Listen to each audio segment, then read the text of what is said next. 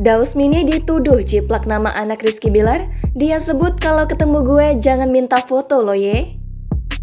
Dausmini kesal karena dituduh menjiplak Rizky Bilar saat memberi nama anaknya yakni Al-Fatih.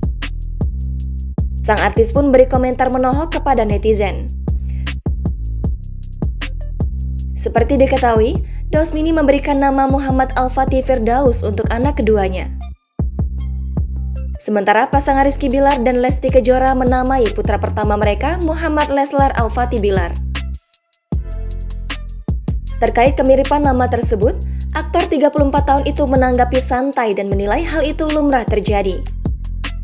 Namun dia menyanggah tudingan penggemar Lesti dan Bilar yang mengatakan dirinya menyontek nama anak Rizky Bilar. Pasalnya, istri Dausmini melahirkan anak mereka lebih dulu daripada Lesti. Ya, Lesti Kejora melahirkan anak pertamanya secara sesar pada 26 Desember 2021. Dausmini menambahkan, isu menjiplak nama itu hanya dilontarkan pihak-pihak tak bertanggung jawab.